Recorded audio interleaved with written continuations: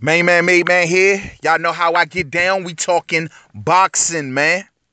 So it seems as if there's news out today that King Kong Luis Ortiz, heavyweight contender, 27-0, 23 knockouts, has now inked a deal basically with new advisor Al Haymon, man. Al Haymon now has Luis Ortiz to add to his stable of already a pretty decent stable of heavyweights. I mean, you can add him now to the list of, like, say, Dominic Brazil. You can add him with Chris Arreola, Artur Spilka, of course, Deontay Wilder, Travis Kaufman. Those are some of the other heavyweights that Al Haymon already have under his banner.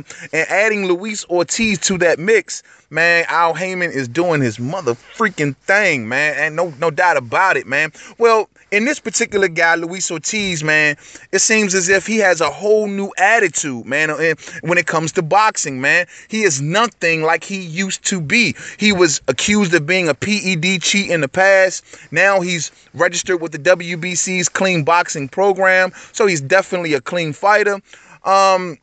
On top of that, man, he has been fighting and calling out all of the top names at heavyweight. Definitely a fan-friendly fighter, man. Everybody he gets in there with, man, he presses that drama, man. He presses that action, man. Much love for that, man. It's just good, man. He's 38 years old, so he's getting up there in age. So now this can be a time for Luis Ortiz to finally advance his career, hopefully in a proper way, and have access to everyone, because he now has the proper machines behind him. You know, the thing about Luis Ortiz is that he left his former outfit with Golden Boy Promotions and Oscar De La Hoya, and then he went on a fight-by-fight basis with Eddie Hearn in Matchroom Boxing, man. So though he does have his own promoter, he's promoted by a company called Day Promotions, and he's managed by a guy named Jay Jimenez.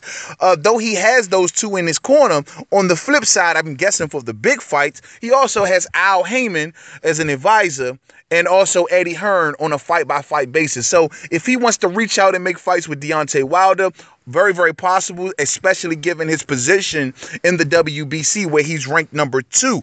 You know, that's the good thing about Luis Ortiz. Out of all 5 major sanctioning bodies, he's highly ranked in I say 3 of them. You know what I'm saying? If I can recall, he's number 2 by the WBC.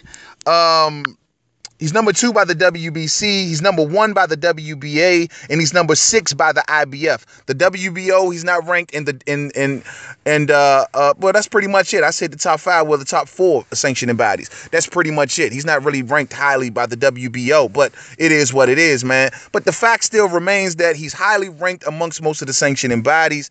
He's right up there, man. He's right on the edge of all big fights.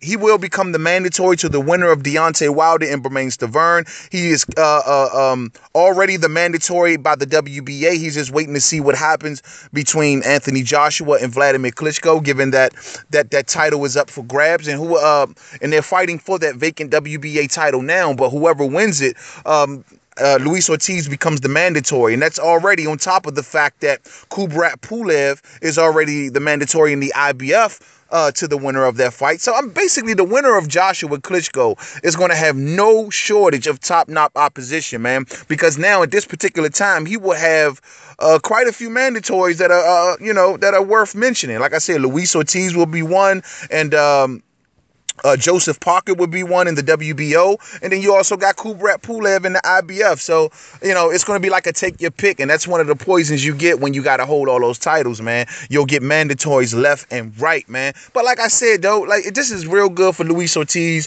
New attitude, man. He's a clean fighter, man. He's coming off already some, in my opinion, some pretty decent victories. You know what I mean? I remember, you know, when he fought Tony Thompson here in D.C., man, that was a hell of a fight. He fought him over at the D.C. Armory. That was a hell of a fight when he knocked his ass through the ropes, man. Luis Ortiz has that kind of power, just easily. He's a fan-friendly fighter. So I'm happy for him.